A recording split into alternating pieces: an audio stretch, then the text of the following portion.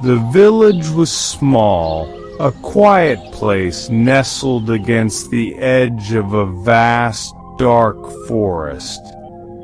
The villagers lived simple lives, their days marked by the rhythm of nature and the changing seasons. They were a close-knit community, bound together by shared history and traditions. The forest was ancient, filled with secrets. Its trees stood tall and dense, their branches intertwining to form a canopy that blocked out the sun. The air was thick with the scent of pine and earth, and the ground was carpeted with a layer of fallen leaves. It held the weight of generations, their stories whispered on the wind. The rustling of leaves seemed to carry voices from the past, telling tales of love, loss, and mystery. The forest was alive with the echoes of those who had walked its paths long ago, and within its depths, shrouded in shadow and overgrown with twisting vines, stood the forest house. It was a place of intrigue, its walls holding secrets that had been forgotten by time. The house seemed to breathe with the forest, its presence both ominous and inviting. It was a relic of a bygone era, its windows like vacant eyes staring out at the world. The house had seen better days, its once grand facade now crumbling and decayed. Yet it stood as a testament to the past, a silent witness to the passage of time. Some said it was cursed. Villagers told tales passed down through generations. Around campfires they would share stories of the house, each tale more chilling than the last. They spoke of strange occurrences, of families who had vanished without a trace, stories of families lost, of strange lights and eerie sounds emanating from the house. At night, the forest would come alive with strange lights flickering in the distance, and eerie sounds that sent shivers down the spine of anyone who dared to listen. No one dared to venture near it, especially not after dark. The forest took on a different character at night, its shadows deepening and its sounds growing more menacing. The villagers knew better than to test the boundaries of the unknown. The forest house was a place of fear, a place where darkness lingered and nightmares were born. It was a place that seemed to draw in the darkness, feeding off the fears and imaginations of those who lived nearby. But not everyone believed the whispers. Khaled, a young man with a thirst for adventure and a healthy dose of skepticism, scoffed at the stories. He was determined to uncover the truth, to see for himself what lay within the walls of the forest house.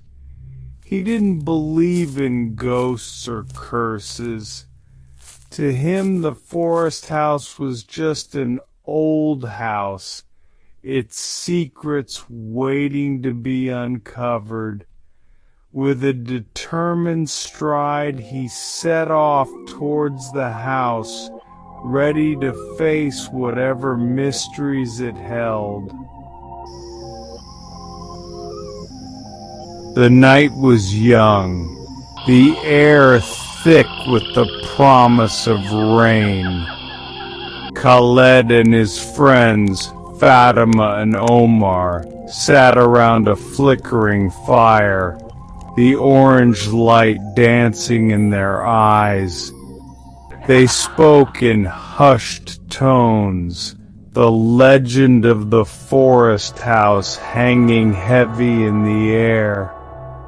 "No one has ever spent a whole night in that house," Fatima said, her voice barely a whisper. She glanced nervously over her shoulder as if the darkness itself might be listening. Omar shivered, pulling his jacket tighter around himself. "They say the house, it plays tricks on your mind. You see things, hear things." Khaled laughed, the sound sharp and sudden in the quiet night. "Don't tell me you believe those old wives' tales." He met their eyes, a challenge in his gaze. Fatima bit her lip, her eyes wide and uncertain. Omar shifted uncomfortably, avoiding Khaled's gaze. And that's how the dare was born. The forest seemed to close in around them as they walked, the trees like silent sentinels guarding the secrets of the night. Every rustle of leaves, every snap of a twig underfoot sent shivers down their spines. The air grew colder as they neared the house, a damp chill that seeped into their bones. The forest house loomed before them, its silhouette stark against the dying light. The house seemed to pulse with an unnatural energy, a low hum that vibrated in the air. It felt alive, and it did not feel welcoming. Fatima's hand trembled in Khaled's. "Maybe this wasn't such a good idea," she whispered, her voice tight with fear. "Don't worry," Khaled said, though his voice lacked its usual confidence. He squeezed her hand reassuringly. "It's just an old house." But even as he said the words, doubt gnawed at the edges of his certainty. The front door creaked open with a groan, like a mouth opening in a silent scream. The sound echoed through the empty hallways, amplifying the sense of abandonment that clung to the place. The air inside was stale and heavy, thick with the scent of decay and something else. Something that hinted at long-forgotten memories and untold stories. It was as if the house itself was holding its breath, waiting for something to happen. Something undefinable that sent a shiver down their spines. It was a feeling that crept up slowly, like a cold hand brushing against the back of their necks, making the hairs stand on end. Dust motes danced in the faint moonlight that filtered through the grimy windows. Each particle seemed to move with a purpose, swirling in the air as if caught in a ghostly waltz. The house was silent, but it was a heavy, expectant silence. It was the kind of silence that pressed down on you, making it hard to breathe, as if the very walls were closing in. The silence of something watching, waiting. It was a presence that could be felt but not seen, lurking just out of sight, making every shadow seem deeper and every creak more ominous. Khaled took a deep breath, trying to ignore the prickling sensation on the back of his neck. His heart pounded in his chest, each beat echoing in the oppressive silence. He raised his flashlight, its beam cutting through the darkness. The light revealed more of the decaying interior, casting long, eerie shadows that seemed to move on their own. Cobwebs hung from every corner, and dust lay thick on the floor. It was clear that no one had set foot in this place for years, maybe even decades. The air was cold, unnaturally so, and the silence was broken only by the sound of their own breathing. Each exhale was visible in the frigid air, adding to the sense of unease.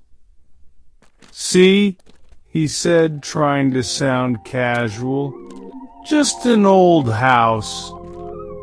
But his voice wavered, betraying his attempt at nonchalance. But the words rang hollow even to his own ears. He knew deep down that there was more to this place than met the eye. There was something wrong about this place. It was a feeling that gnawed at him, refusing to be ignored. He could feel it in his bones. The house was more than just old and abandoned. It was alive with a malevolent energy that seemed to pulse through its very walls. Section 5. The Eyes That Watched. They moved deeper into the house, their footsteps echoing in the oppressive silence. Each room was the same, dark, dusty, and filled with the remnants of forgotten lives. Furniture draped in white sheets loomed like ghosts, and shadows danced in the corners of their vision. Then they found the painting. It hung above the fireplace in what was once the drawing room. A portrait of a man, his face half hidden in shadow. But his eyes seemed to follow their every move. They were a piercing blue, almost glowing in the dim light. "Those eyes," Fatima whispered, her voice trembling. "They're watching us." Khaled frowned, stepping closer to the painting. He raised his hand, his fingers hovering just inches from the canvas. The eyes in the painting seemed to burn brighter, as if lit from within. "It's just a trick of the light," he said, but his voice lacked conviction. Section 6. A Night of Terror. The night wore on, and the house seemed to come alive around them. They heard whispers in the darkness, soft murmurs that seemed to slither just beyond the reach of their flashlight beams. Shadows moved in the corners of their vision, and the temperature dropped, making their breath fog in the air.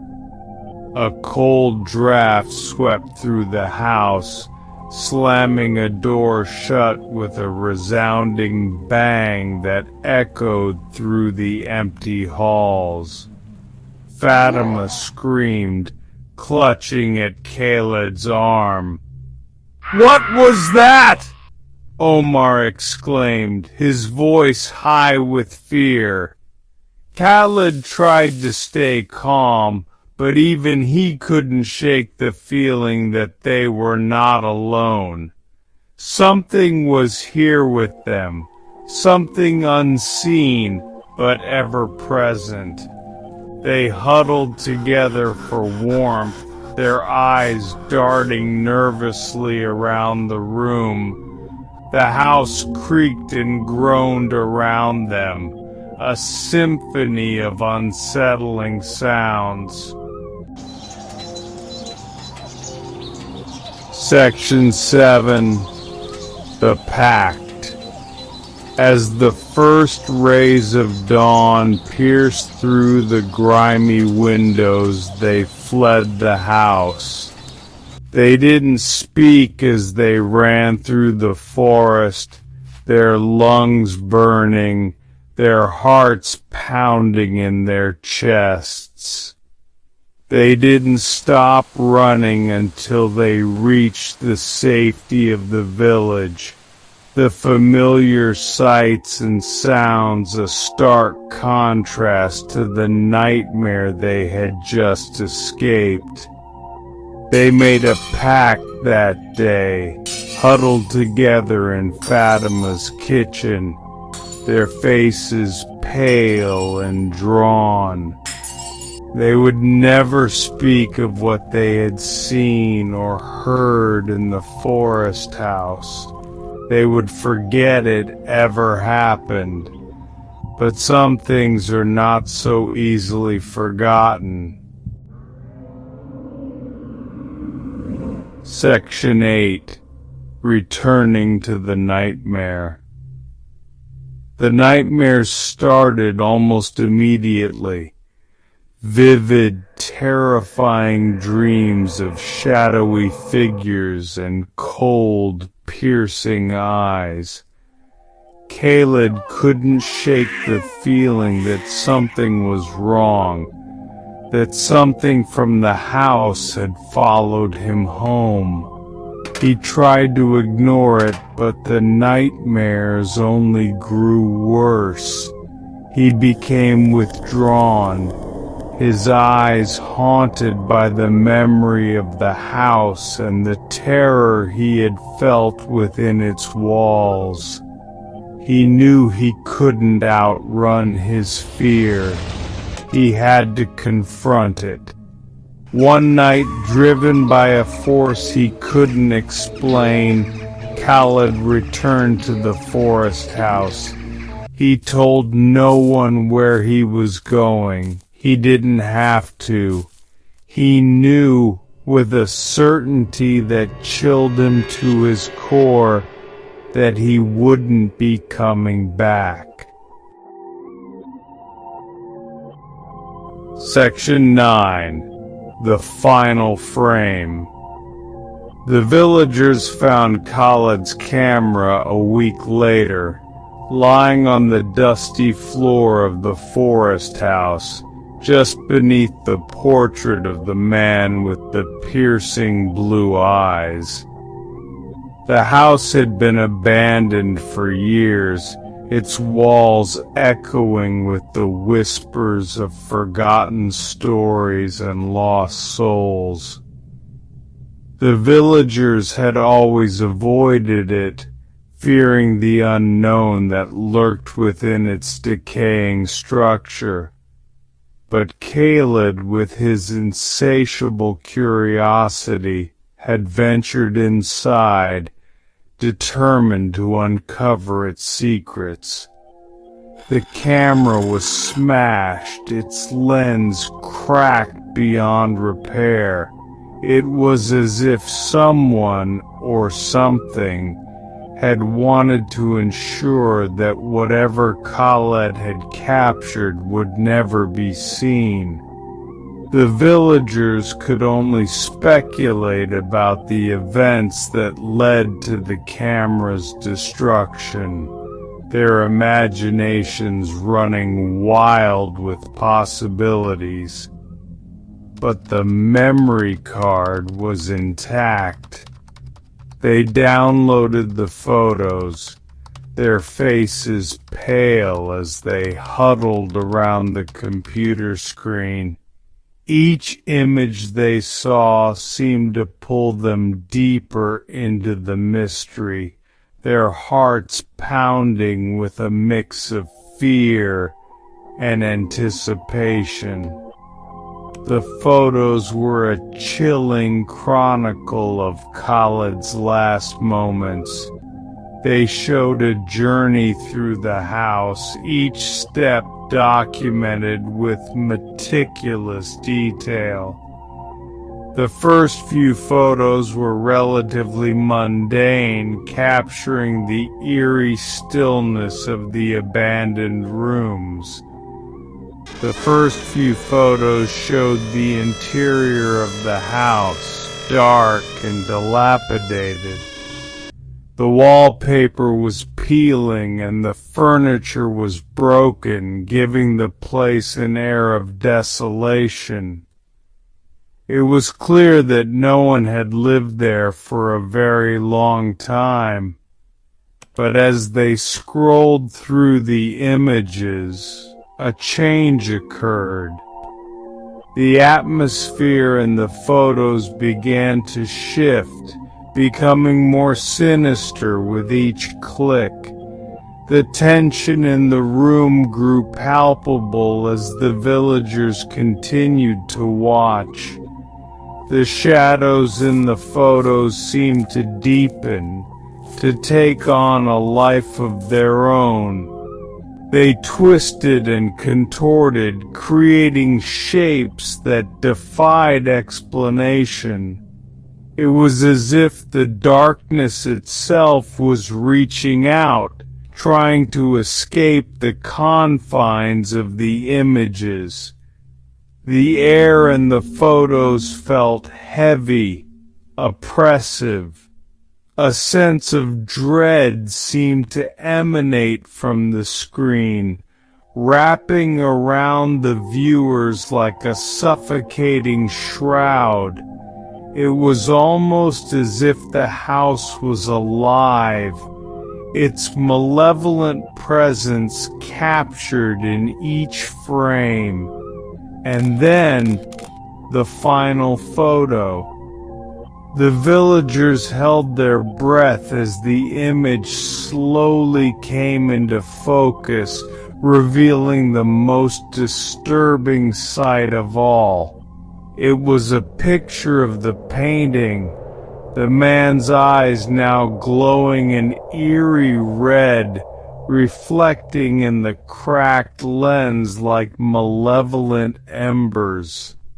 The once lifeless portrait seemed to have come alive, its gaze piercing through the screen and into the souls of those who dared to look. And in the corner of the frame, a blurry reflection.